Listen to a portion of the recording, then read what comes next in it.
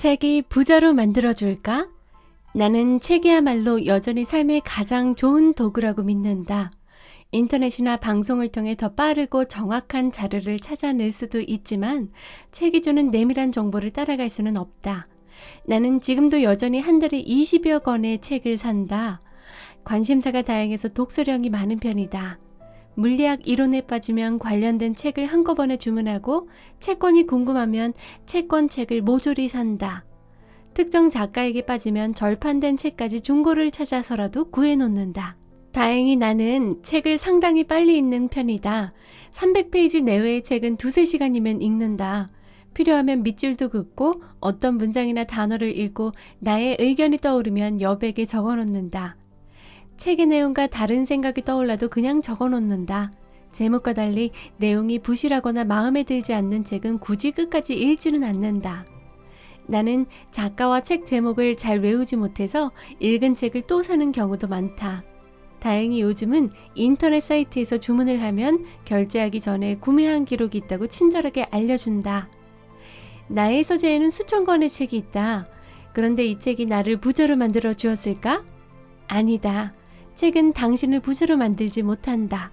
책을 해석하는 능력이 생기면서 스스로 질문을 가지게 될 때 비로소 당신은 부자의 길을 만난다. 흔히 책을 읽으면 저자에게 몰입되어 어디서 이런 대단한 생각이나 판단을 했을까 궁금해하며 지적 포로가 된다. 책에 나온 모든 글을 사실을 넘어 진리로 받아들이고 자기의 생각을 버린다. 그러나 아무리 유명한 저자의 글이나 위대한 학자의 이론이라도 모두 옳을 수만은 없다. 성경도 오역가 빠진 부분이 있는데 저자에게 빠져 필사를 하고 저자보다 내용을 더 잘 기억하는 사람도 있다.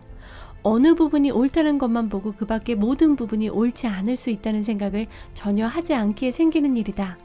그러면 어느 부분이 옳고 어느 부분이 틀린 것일까? 그것을 알려주는 책이 따로 있다. 책을 읽고 감화를 받은 뒤 정신의 지적 무게가 얹어지면서 오히려 자신을 초라하게 느끼는 사람이 있다. 이런 경우라면 독서량이 많아질수록 어깨가 내려가고 무릎이 바닥에 닿는다. 거인들의 등을 타고 가는 것이 아니라 거인들의 엉덩이에 깔린 것이다. 이럴 때 어깨를 펴고 무릎을 세우면서 거인과 함께 걷는 방법을 알려주는 책.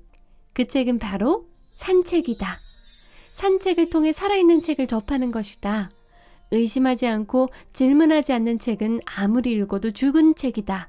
산책을 통해 책으로 얻은 주제와 관점을 생각하며 자기 스스로의 기준으로 작가의 권위에 무조건 굴복하지 않고 옳고 그름을 스스로 판단하는 시간을 가져야 한다.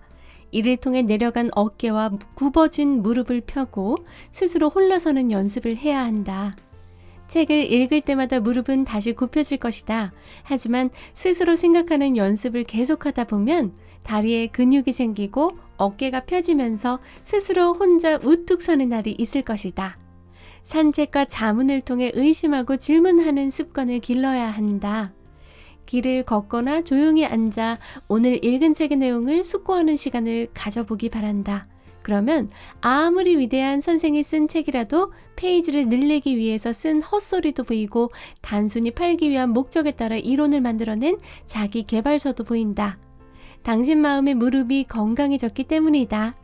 산책은 몸도 마음도 건강하게 하니 하루에 10,000보 이상 걷기 바란다. 책 돈의 속성 김승호 지음.